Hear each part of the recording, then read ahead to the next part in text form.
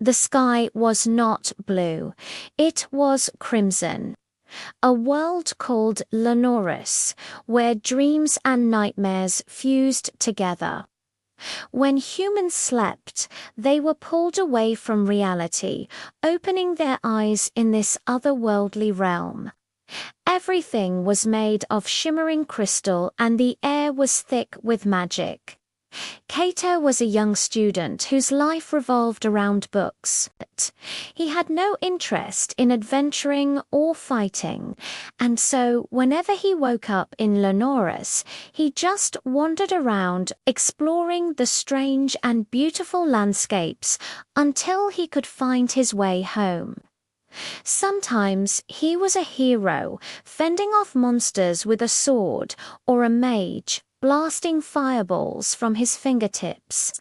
Sometimes he was a criminal, sneaking through dark back alleys, stealing what he could carry. But no matter who he was, every morning when the sun rose over Lunaris, Kaito woke up in his bed, safe and sound. That is, until one night when he found himself in a forest, not of crystal, but of shadows. And there in front of him stood a girl. Her name was Liora. She had long silver hair and eyes like pools of endless darkness. Every night when Kaito woke up in this world, he was someone new, living a different story. But this girl, he saw her every single night, always in the same place, always silent, always watching. One day, while wandering through a crystal cave, Kaito finally gathered the courage to speak. "Why are you here?" "I've been waiting for you," she replied. And then she whispered something shocking. "This is not just a dream. If you die here, you vanish in the real world, too." Suddenly, Kaito felt a surge of panic. Was it possible? Could his life really be in danger? Liora nodded, her eyes filled with urgency. "We have to leave this place.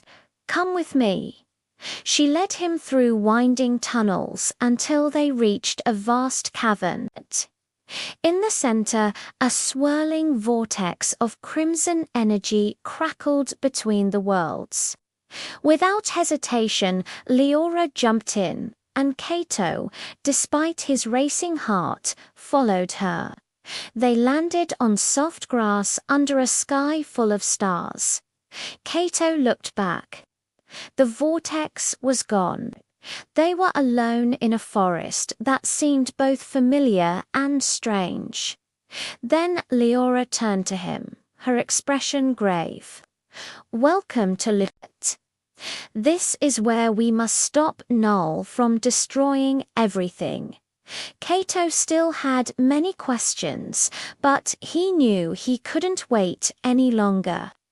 Hand in hand, they raced across fields and over hills until they reached a crystal forest that glowed in eerie silence.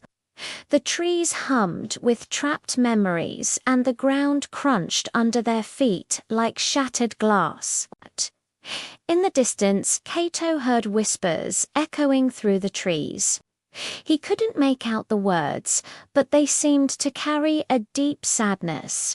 As they ventured deeper, the forest grew darker, the whispers louder. Suddenly, a figure emerged from behind a crystal tree. It was tall and thin, with long, sharp claws. Its eyes burned with a cold blue fire, and it lunged at Kaito. Kaito screamed, but there was no sound. The monster loomed closer, and in its eyes he saw his worst fears reflected back at him. Failure, loneliness, the terror of disappearing. But then Liora stepped in front of him, her eyes blazing with determination. "These lost souls are trapped in their nightmares," she explained. If we can sever the threads connecting them, they might have a chance to move on. And with that, she charged at the creature, slashing her sword through the air. The monster recoiled, letting out a piercing screech. As it distracted the creature, Kaito searched for a way to help. He spotted a crystal shard on the ground, pulsing with light. With a sudden burst of courage, he picked it up and hurled it at the monster. The shard struck true, shattering the creature's form and releasing a wave of warm energy. The whispers in the trees seemed to grow quieter. Together, Kaito and Liora journeyed through shattered dreamscapes, each more surreal than the last, until they finally reached the heart of Lunaris, the Temple of Infinite Mirrors. Its surface was covered in intricate carvings, each depicting a different fearsome monster. What awaited them inside would test their courage and determination like never before, for here everyone saw their darkest self. Kaito hesitated at the entrance, his reflection staring back mockingly. There was failure, loneliness, the terror of disappearing. But then Liora reached out her hand. "Your fears do not define you," she said softly. "Accept them, and you will be free." Closing his eyes, Kaito took a deep breath. The temple shattered, and the crimson sky turned blue again. Lunaris was safe, or so he thought. But as he woke up in his bed, he felt a strange pull. Opening his window, he saw a shooting star streak across the sky. And in that moment, he knew, every time he closed his eyes, another adventure awaited.